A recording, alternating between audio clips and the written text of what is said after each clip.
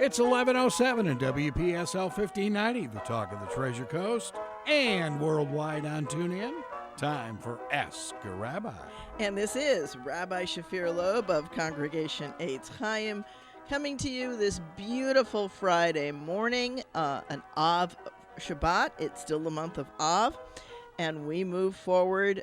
It is gorgeous skies out there. This is, as a couple of my members like to say, Chamber of Commerce weather.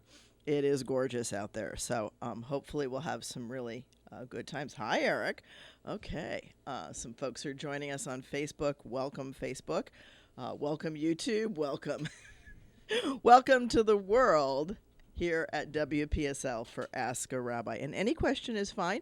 Please do give me a call at 772-340-1590.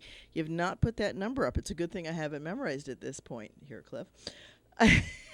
It used to be on the wall. Well, yeah, but then there's this camera in the way, you know? Oh, I see, yeah.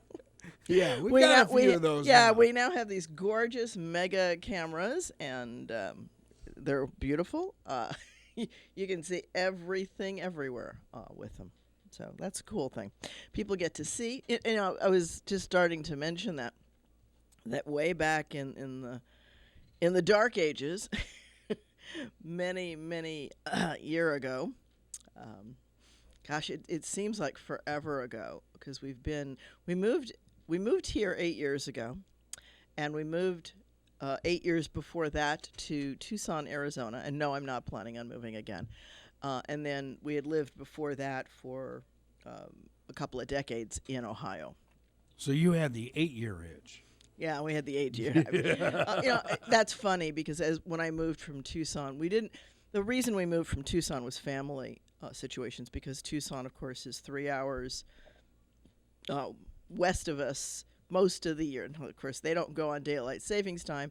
They stay on Mountain Standard Time, or as it's usually done on your phone or your computer, Arizona Standard Time. It just makes life easier. Yeah, they call it Arizona time. They do? They do. I didn't know that. Yeah, if you look at your computer and you scroll down the times, you'll see one of them is Arizona time. Oh, it's not MST? No, because if you're on the standard mountain time, then daylight savings time kicks in, right? But Arizona doesn't change. That's right. And the reason they don't change, folks, is because the hottest part of the day in Arizona is around 3-4 o'clock in the afternoon.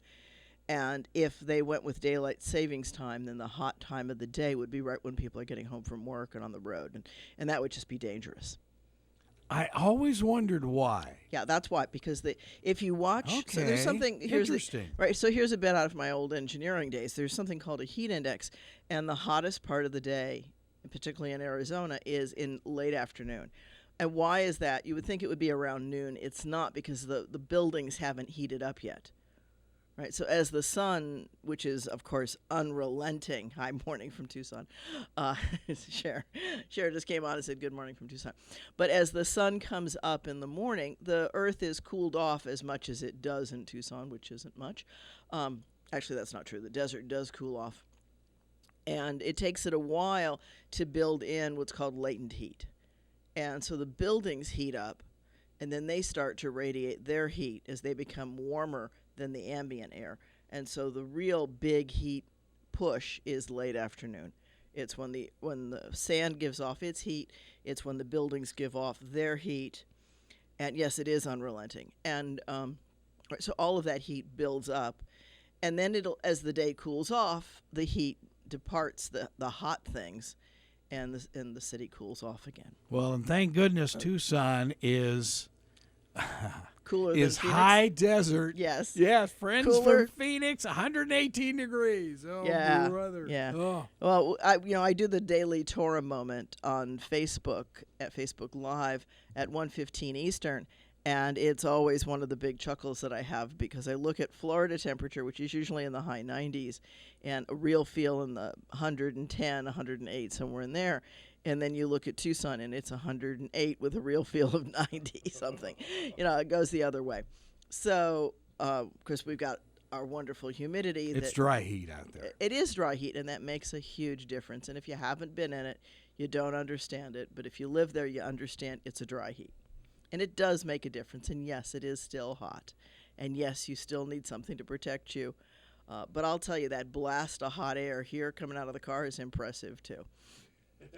Yeah, but out there it's like walking into an oven. Yeah. Well, yeah. I've joked with people, I jumped out of the frying pan into the sauna.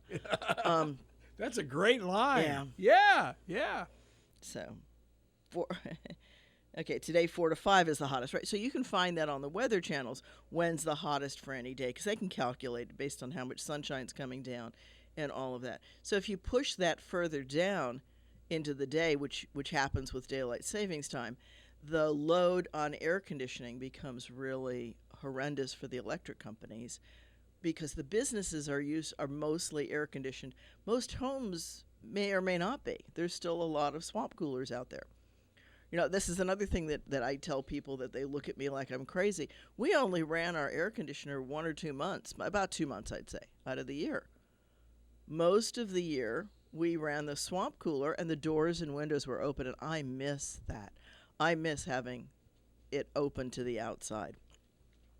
So, and we do have somebody who took advantage of 772-340-1590, I think, or not. We do. Okay. We have Kurt on line 1. Thank you for calling in, Kurt. Good morning, Rabbi. Good morning. I have a question and a comment. My question is, how do you spell Eisheim?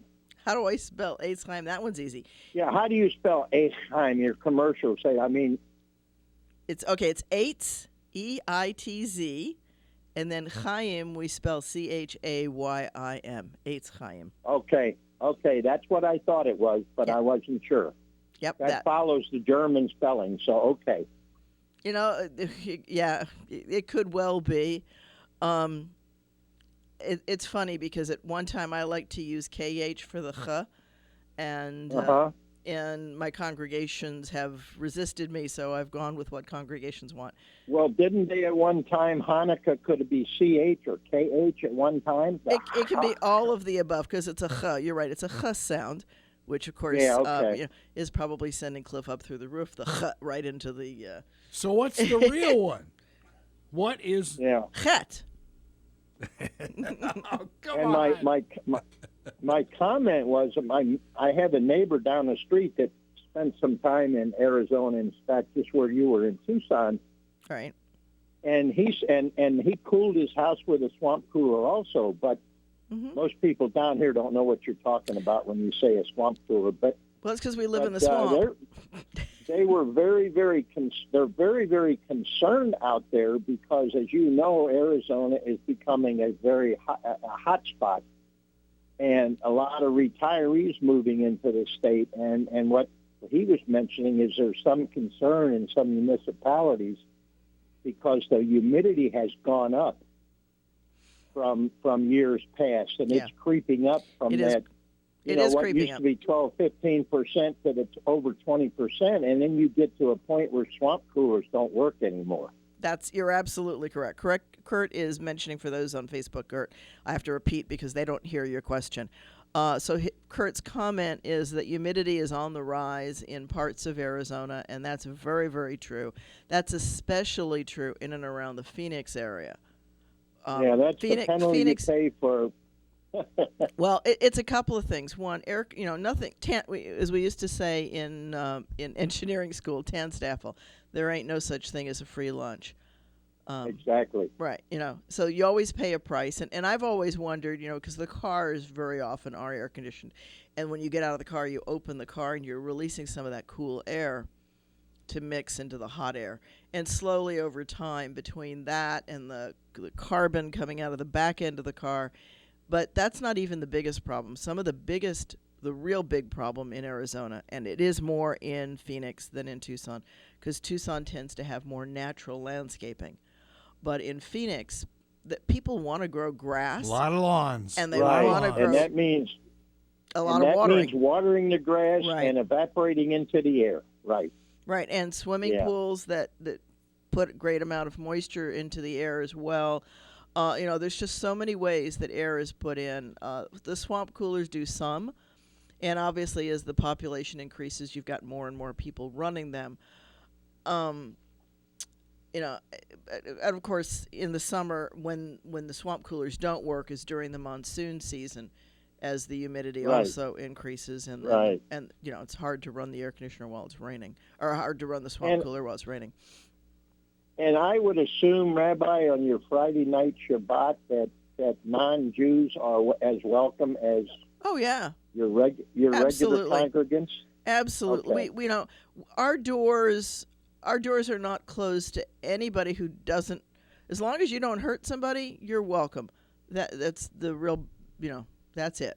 Okay. And we don't ask you your religion. We don't ask you your membership. You're welcome.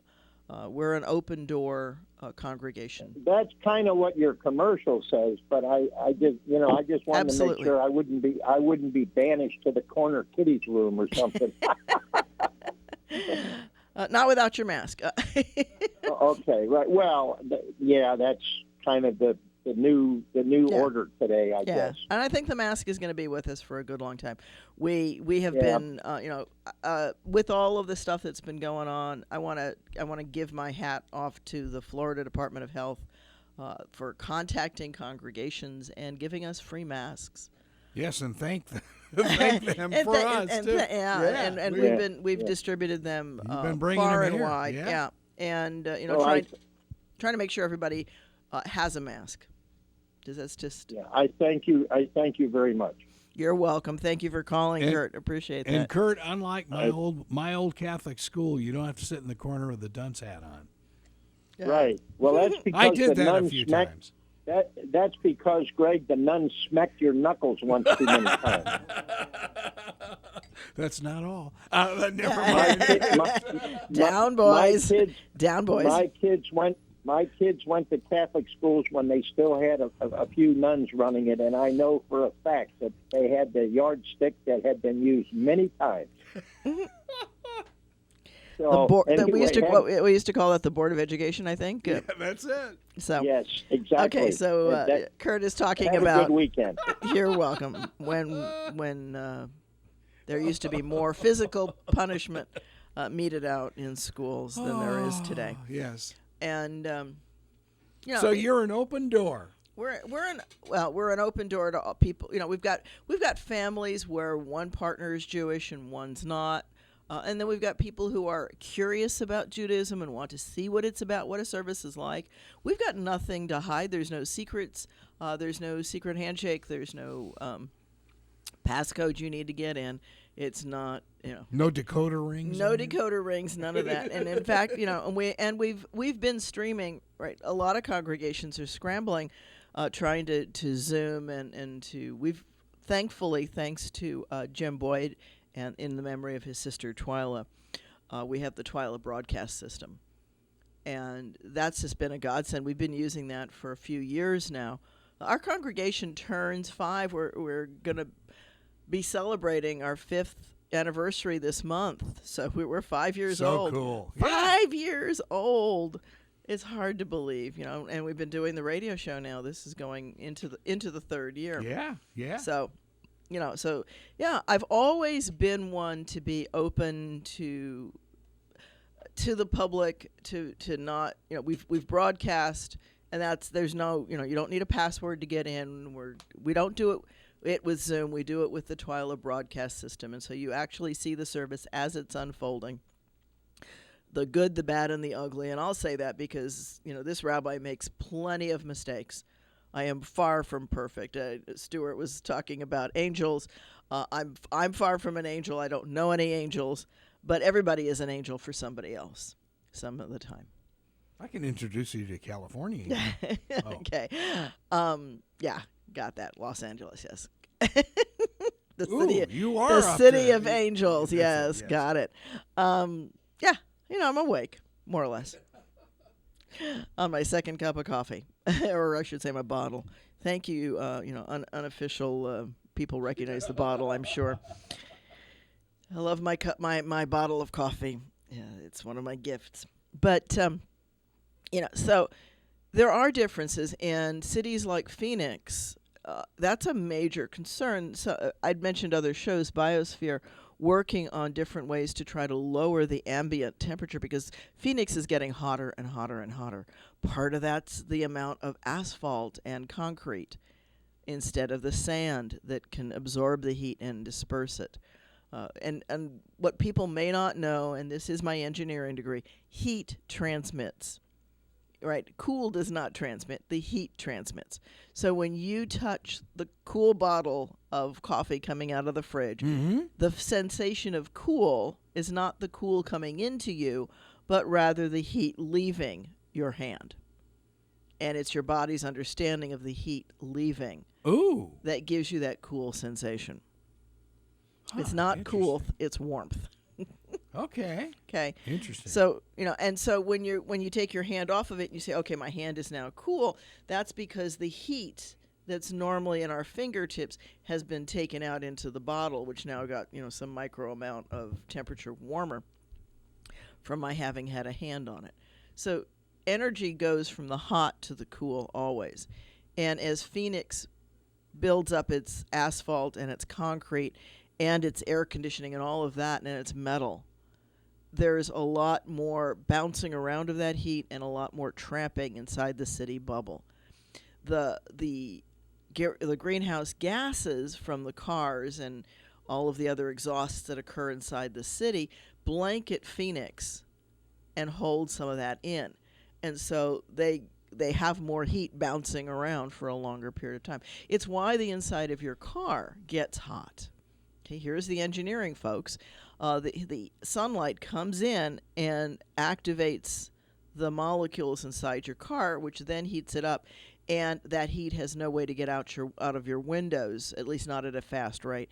And so the more light that comes into your car, the hotter and hotter it will get, which is why the sun shields keep the car cooler, because they keep some of that light energy out of the car. And I would imagine, too, speaking of all the cars, all of the in-cabin air, when you open the doors, and sometimes leave them open for a while, some of the chemicals would escape into the atmosphere, too, right? Right. Yeah. Well, and likewise, if you want to call it like a sister area, just right down I-10 to the west, Coachella Valley. Is burning up too. I mean, and a valley, of course, is going to trap it even more. Yeah. Right, because the valleys, just by the virtue of that V shape, hold in more. That's why valleys are slightly different and slightly warmer than the nearby mountains, which are more into the air, and the wind can carry some of that energetic air out of the area. Well, and Phoenix, again, has yet another problem in that lovely I-10 carries all of the L.A. smog into the Valley of the Sun as well. Well, because the cars create a wind tunnel. Sure. They do carry some things with them. Yeah. So, Phoenix has got some serious challenges. And, I love Tucson. I miss Tucson. So do we. So do we. It gets into your skin. And it is definitely cooler. I can remember riding out of Phoenix in cars. Of course, a lot of cars in Arizona have onboard temperature sensors. And okay, so here's another piece, right? Most of the onboard car temperature sensors are hotter than the real ambient air. You'll notice that after you drive for a while, the temperature will come down. They're caught in the same kind of thing. The area where the sensor is gets overheated, and so it measures the air right around the sensor, and until it cools off with you driving, that's why it's always a little bit hotter. Okay. So, it all makes complete engineering sense. Okay. I'm sorry. That's the joy of, I've always loved engineering. I backed into it. I didn't intend, oh gosh. Okay, let's go way back in history. Way back. When I first graduated from high school, I actually wanted to go to Drexel. I wanted to both be a rabbi and an architect. That was, yeah. Wow. Yeah, okay. crazy. I've always had this split in interests. I'm probably the only philosophy and religion major with an elective in quantum mechanics or vector analysis, not quantum mechanics. I took quantum mechanics in high school. Oh wow! So I've always had this science side to me, this science bent, and because I love to figure out how things work.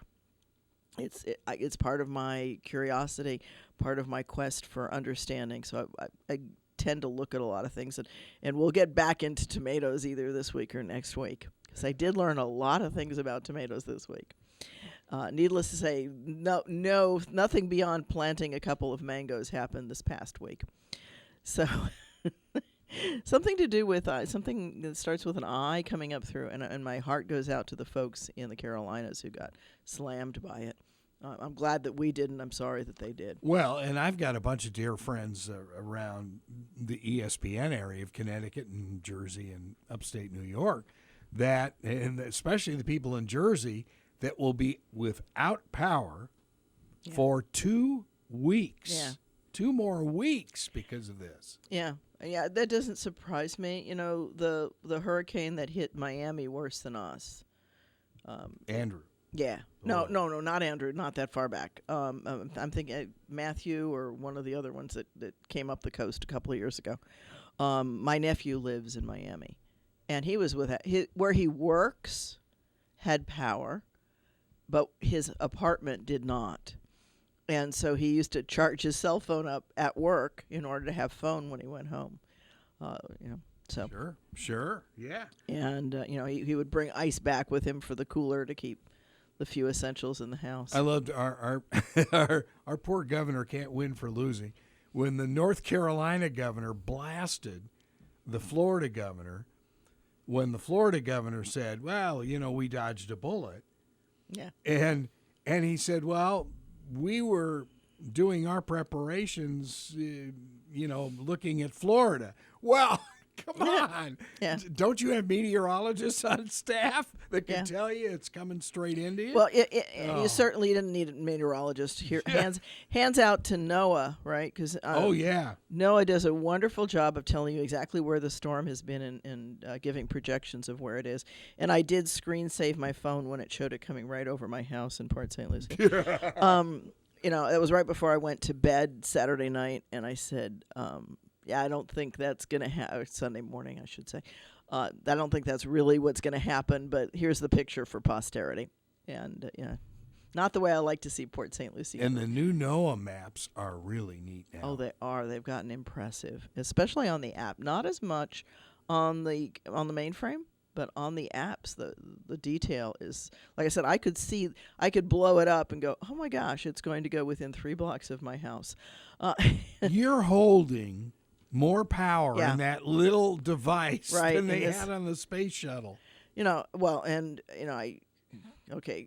back into ancient history, the IBM 360 when I was in high school was the big thing, U of P had just updated to the IBM 360. That's the computer center I worked in high school. And it replaced the Sperry Univac where they used to had a liquid core memory, and they used to have to pour it back in the morning because it leaked. Today, wait a minute. Today that wouldn't be water? No, mercury. Mercury. Even more dangerous. Oh, so God. Yeah. Let's speak for back in the dark ages when the dinosaurs roamed in the backyard, as I like to say, you did it in school too, right? Hands of mercury. People would put mercury in your hand and you'd roll it around. Oh, yeah. Yeah, that's dangerous, sir. That's dangerous. Oh, okay. That's the excuse I have. Well, there is some residual stuff that's come down out of some of that, especially kids that really played with it. And, some kids actually got mercury poisoning, and it was not. Well, it's funny you talk about dinosaurs. There was a funny post on Facebook, and it was an old Associated Press machine, which I know you remember in the day. And it was so funny to see that old thing, and that used to jiggle as the news copy would keep printing away. Yeah. Oh, yeah, it was crazy. That old teletype sound that you just don't hear anymore. Sure. Which was the keys hitting the teletype. And we used to actually talk to the IBM 360 with teletypes. The early terminals. You typed on you typed it in, and it showed up on a teletype. We didn't have monitors. We had paper that we used to see what we were saying to the computer. Wow. And and it would answer you by typing on the teletype. So people don't realize how wonderful monitors are. They've come a long, long way from the old tube TV sets to these flat screen. Even the early flat screens, which were really 6 or 7 inches, because they weren't plasma quite yet. Mm-hmm. They were trying to get there, but they hadn't quite gotten there, so they had flat. They were approaching it, and today, the technology that runs the monitor on this incredibly thin screen is just amazing. And then to add the touch piece to it, it's just sure a whole lot of technology. I remember when the sports writers started bringing these little Radio Shack computers to the press boxes, and they'd have to stick a phone on top of it to transmit after the game. And the old days when you fired up your modem and you heard ding. Oh, ring, yeah. and it would actually ring, and then you'd hear the handshake. Oh, yeah. Right. Yeah. That's what that was called when your computer sent out and said, "Hi there, I'm a computer," and then the message came back and said, "Okay, we got you. You're a computer. Is this frequency okay?" And you came away and said, "Yep," and then you got the connection. Yeah. It's called a handshake, folks. We used to listen to that when we logged on instead of just watching the little circles go around that say Microsoft or whatever other system you're using. But you think that was, 40 years ago. Look at the advances. Yeah. Well, there was a sobering moment shortly after my husband and I just celebrated 40 years of marriage. Ooh. Yeah. You're behind Carol and I, but I understand not by that. much. Not Yeah. by much. That was just August 2nd was our 40th anniversary. Thank you, Isaiah. Congratulations. God brought us a hurricane for an anniversary gift. Yeah. Yeah, it's funny because we had talked about doing a conference in our congregation, and it wouldn't have happened anyway because of the hurricane. Wow. It got pushed off for a number of reasons, but the hurricane would have squashed it anyway, so it's probably just as well that it got pushed off early. And needless to say, we did not get to do much anniversary celebrating with Port St. Lucie shut down for a hurricane that fortunately didn't decide to come ashore here. And again, my heart's out to where it did. But yeah, weather is something that everybody should be aware of. A lot of people don't realize how many hurricanes travel up the coast and slam different parts of America. The reason Florida has as many hurricanes as it does is because it has more shoreline than any other state by far, thanks to being this little isthmus that sticks out that separates the Gulf from the ocean. And so, we get hit by the hurricanes that come northeast off of South America, and we get hit by the hurricanes that come in off the ocean, depending on which coast you're on. Unless it's one of those wonderful hurricanes like the one that took Galveston down, that went right across Okeechobee, and had this been a populated area, would have been devastating. Yeah. And people don't realize that it caused Okeechobee. It was in fact called the Okeechobee Hurricane, and it caused Lake Okeechobee to do all kinds of new dances. Serious surge in a lake. It's a big enough lake that you can see it.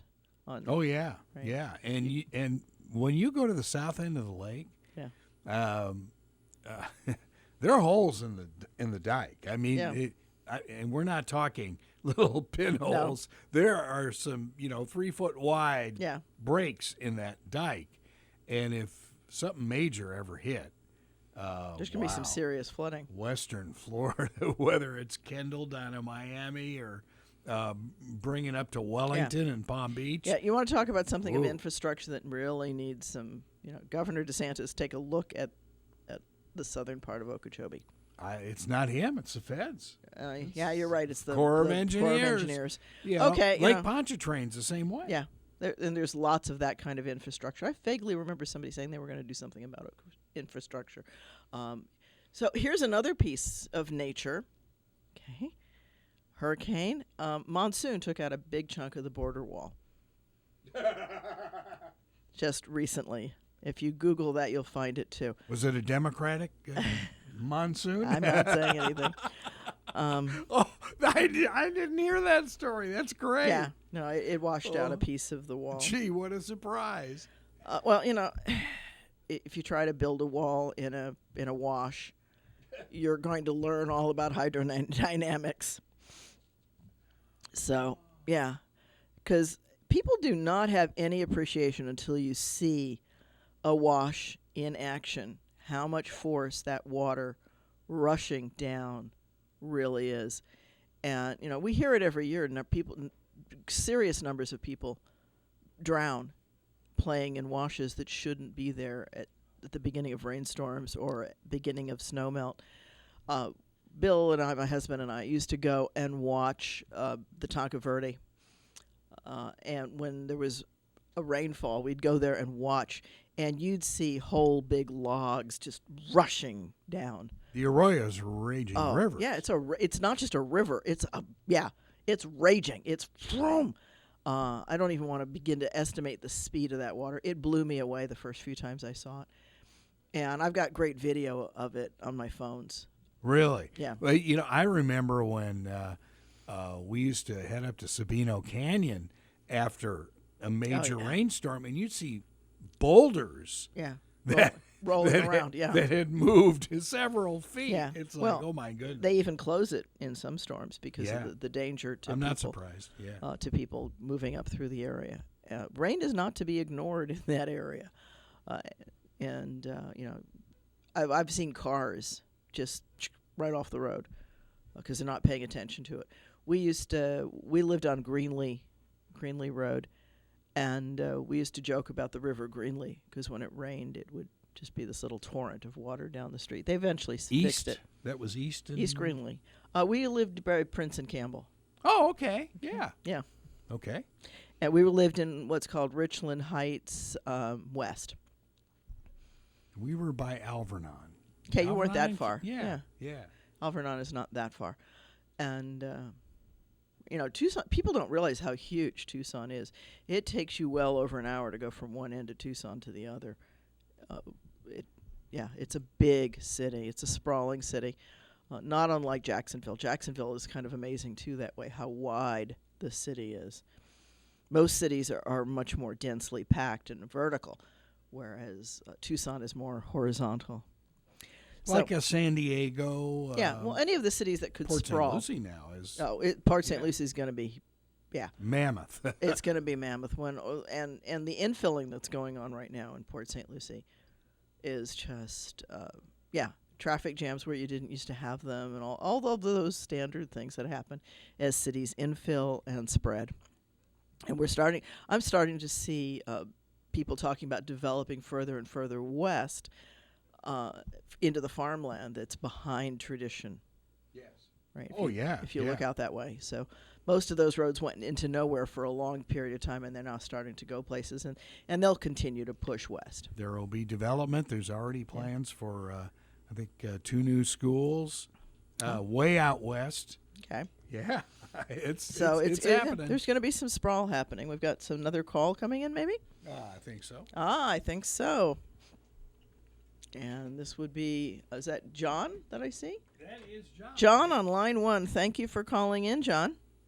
You're welcome. Good morning, Rabbi. Good morning. I called your show before, and I'm getting old, so if I've asked this question before, forgive me, but do Jews believe in heaven? Jews. I thought I learned once that they believe that they fall asleep. Well, there's a phrase used called "sleep in the dust." So yes, there's a concept of heaven. There's not a concept of hell. Okay, that's the piece. They don't necessarily go together. The concept of hell as a fire and brimstone kind of place is more a Greco-Roman concept than a Jewish one. So you might say to me, well, isn't hell mentioned in Scripture? No, it's not. That's a translation of two words. Sheol is one of the words, and that's grave. Simply says grave. When I go down to my grave. And the other one is Gehinnom, which is not hell, but in fact is the name of the current and forever there, it seems, certainly for thousands of years, the trash dump outside of Jerusalem. It's the hill outside the city where people throw trash, and at the bottom of it they burn it, because what are you going to do with a pile of trash? If you don't burn it, it becomes a tremendous health risk. And the ancients understood that. You know, they weren't stupid. They understood that people got sick when they meandered through there, and animals got sick, and so they started burning it. And so the idea of burning in Gehenna means if nobody loves you, you get thrown into the trash and your body gets burned in the trash fire. So it's not about hell, it's about a physical thing to your body. Nobody cares enough to see that you're buried properly and that the chemicals in your body get returned into the system. So I guess that's where cremation came from. Well, you know, but there have always been people cremating, right? The Indians do pyres and fire. Fire is one of the ways to dust to dust or ashes to ashes. So there's definitely a discussion of it. There is a Jewish distaste for cremation that comes a lot coming out of Shoah, out of the Holocaust in Germany. Okay, because too much burning went on there. And but if you read the book of Amos, for example, there's a line in there that says it's talking about a famine or a plague or something horrible happening, and the line goes, "You will go into your uncle's house with the man who burns the bodies, and cry out, and no one will answer." Okay, so you know it paints this very vivid scene, but the piece that most people don't pick up with is you will go into the house with the man who burns the bodies. So clearly there is a long-standing tradition of, yes, there were funeral pyres of some sort. And So as a Christian, I learned Jesus was a Jew. And Very he good. mentions in a couple of verses that, like when he brings a child back to life, he says he's not dead, he's only sleeping. And also Paul, who was a Jew, also mentions at the end of 1 Thessalonians, you're asleep. So is it the same concept for Jews that they believe they're sleeping? And if they don't believe in Jesus, the second coming, when do they awaken? okay, Judaism says that the soul is eternal and goes back to God. And it doesn't really get into a whole lot of detail beyond that. Pretty much leaves it up to the individual to make their own decisions. Judaism is a much less prescribed religion than many others. Leaves a lot open to question and to pondering. And so that's why it seems that rabbis sometimes dance. We've been accused of dancing on the heads of pins. Because it's not prescribed. Don't take this the wrong way, but now I understand why lawyers dance. I hear you. Well, you know, there is a big tradition inside Judaism, something called Talmud, which is a set of arguments about pros and cons, and one of the lines in Talmud is, why is there a dissenting opinion that's recorded? And the answer given is because someday that might be the right answer. So there's an acknowledgement that situations change over time. The other reason for recording, so I'm gonna take a big flip that you're probably not going to expect, John, which is that I'm going to go into a Muslim tradition of recording hadiths, sayings and stories about the Prophet Muhammad, because they have on each hadith a pedigree. And the pedigree includes a set of attributes like who recorded it, how close were they to him, did they know him, were they there, were they reputable, is this an honorable tradition, or is this a piece of urban legend, right? And so each hadith carries, if you will, this pedigree with it, coded into the preamble of it. And why is that important? Why do they keep stuff that they say is absolute garbage? For the same reason that we keep websites that record urban legends, so you have someplace to check to see if that's a reasonable thing that you're hearing from other people. So, you know, you want to know which ones are absolute garbage and have been debunked. You keep that. The same with dissenting opinions. You keep them because they are the minority view, and someday That's going to be really important. It's going to be worthwhile to know that somebody was thinking this other way once upon a time, like Louisiana right now with their passing that life sentence on the guy who stole or tried to steal a set of hedge clippers, right? Excuse me. He's got a life sentence because of quote unquote habitual crime, and the one dissenting judge wrote that it's an excessive punishment. And someday, they'll be looking at it. That's not going to help this guy in prison right now. He's 62. They're theorizing he's going to live another 20 years in prison. It will have cost the state this phenomenal amount of money for a botched attempt at stealing some hedge clippers. Over hedge clippers, yeah. Oh, boy. These judges, I know that sounds horrendous, and I would have definitely commuted a sentence long ago. But unfortunately, because of the law, they have to go by what the law says. That's why sometimes when the Supreme Court comes up with these crazy decisions, they're kind of nailed into a corner, and they don't have much leeway. But getting back to what I was trying to get at, and I hate to kind of hem you in, but most Jewish people, do they have hope that when they die that they're going straight to heaven? Is that the understanding that most Jewish pretty much people believe? I think most do. Now, of course, what's heaven becomes the next question. Yeah. Right? I would think that I would hope that most Jews don't think it's sitting on a cloud somewhere with a harp in their hands.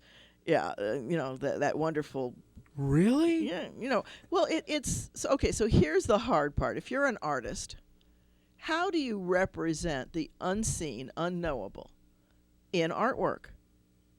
And it's the same thing with heaven. How do you represent something about which we really know nothing? About which we really know nothing. We have great hopes, and I know that I have some sense of what I think it's going to be like, but I'm certainly not going to go out there and say this is what it is because I can't prove it. But it's a feeling, it's a hope. It's a hope as much as anything else. And I can't. I have to live my life today to be good because of today. Not because someday I'll be on cloud 7 or cloud 9 or cloud 13. I don't know if that's making any sense. No, I understand. I mean, you do the best for God. It's not doing the best for yourself each day. Well, and you're not trying to win points with God. God wants you to be like Him. He doesn't want you just to follow a manual and do it because you have to. Right. And the central part, and Jesus echoes this. It comes out of, interestingly, out of last week's Torah portion. You shall love the Lord your God with all your heart, with all your soul, and with all your being. Right. And you shall love Yud-He Vav-He, your God. Right. The is, was, will be of. That's the word that's usually translated as Lord. And unfortunately, too many Christians think of that as being Jesus. It's not. It would be God the Father for Christians that it's talking about. That's really when you see that large L, the small, I don't know how to describe that, the small capitalization of Lord, that's being used over the Hebrew Yud-He Vav-He, which is one of God's proper names. It's the ineffable name. You can't pronounce it, which is why I can't say, and no, it's not Jehovah. Okay, I'll go on record. It's not Jehovah. That's a distinct corruption of trying to put vowels on a word that has no vowels. It's one of the reasons it's ineffable. It's and why do sometimes I say? Sometimes they try to pronounce it Yahweh? Well, Christians do. Jews don't. Okay, that's why I know that one. Yeah, that's the same group. That's just a different set of trying to put sounds to. It's a Yud-He Vav-He, and you can kind of guess that the letters have the sound of the first letter of their name, but there's no vowels. So try saying that without any vowels. Not even a schwa sound. No vowels. Well, that makes perfect sense. I mean, we're not supposed to know God because we're not God, and we're not. How could you? If you're not supposed to know someone who's so incredible, how can you even pronounce his name? So it makes perfect sense to me. I kind of like when he said to Moses, "Though I am who I am," And it makes me think of when you introduce yourself, you're kind of using God's name to introduce yourself. I am John. Yeah. So I don't know whether it translates that good. I mean, I am, that's the English translation. I don't know. It's actually, I will way back be what if I it's will the be. I will be what I will be. Which is even more nebulous perhaps than I am what I am. But sometimes like in classes, we'll talk about the great I am as in, the isness of God. And again, why do I say that? Because Yud He Vav He is the past, present, and future tense of the verb to be, which is unspoken in Hebrew unless it's in the past or future. So in other words, if I would say to you in Hebrew, the pen is on the table, if I took that English sentence, in Hebrew, the words are the pen on the table. Okay, the verb to be is understood in Hebrew. It's not there. So this is a piece when you look at, and I teach a course called The Jewish Understanding of Christian Scriptures. When you look at Jesus saying, I am the staff of life, I think what he is saying is the great I am is the staff of life. Ooh. Yeah. Because Okay. is understood in Hebrew, but not necessarily in Greek and Latin. Oh. Okay, so, it's not there if you do a word-for-word translation, but it certainly makes a lot of sense. Jews say that, right? God is the staff of life. That's a very common Jewish phrase, so it would be reasonable for Jesus to have said it, because as you pointed out, John, Jesus was Jewish. He was born Jewish, born to a Jewish family, raised as a Jew, and killed for being a Jew. So, yeah. And he never wanted to be anything else. No. And I guess originally it wasn't supposed to become Christianity, which is kind of a slur in Turkey, I guess. Christian, that is. But I guess his idea was never to change anything. Like he said, I didn't come here to change anything, but to fulfill the Scriptures. So if I may ask one last question, Sure, the Messiah, John. when the Messiah comes for the Jews, what happens then? Okay, so you have to get back into what does Messiah mean. Messiah means anointed. So if we look Jewishly at anointed, who's anointed? Kings and high priests. Okay, so it's not a spiritual savior. It's a government. It's a form of government that's free, without oppression, either oppressing or receiving oppression. That's the messianic times in Judaism. It's it's why it says Moshiach ben David, the Messiah, the anointed one, the son of David. So that tells us it's not the priest, it's the king. I don't know that I want a king, really. Scripture certainly warns against kings. God tells the people, you don't need a king, you've got me. Just be good people and use prophets and other things like that to keep yourself on the straight and narrow. But the people want a king. Why do they want a king? Because they want somebody who can lead the army so that they look powerful to other people. And so, no, there's not necessarily a desire among all Jews for there even to be a Messiah, an anointed one person. A lot of people in Judaism talk about a messianic era as a time when people are not oppressing anybody else, not being the receivers of oppression and not the givers of oppression. And Judaism says, don't do it because you were oppressed in Egypt. You know what it's like to be on the receiving end. Don't do it. And so like you've mentioned on previous programs, there's so many sects about different. So many different Jewish groups. You're the Reform branch of it, right? And generally speaking, no one's really waiting for a Messiah anymore, unless you're maybe very Orthodox. There's certainly songs of it, but it's more a kingly kind of thing than a Jesus kind of what Jesus has become in the Greco-Roman model. Right, the Christos, right, the living, dying, rising Savior God is not a Jewish concept. Mm-hmm. Okay, so that gets overlaid over the Jesus story when Rome goes to make a religion a state religion, and they take bits of Zoroastrianism, they take parts of a couple of other mystery religions of the time, and they homogenize all of this onto the Jesus story, because the Jesus story is the story that has written down scriptures. And so they've got to force fit it onto that narrative, and it's not necessarily always an easy fit.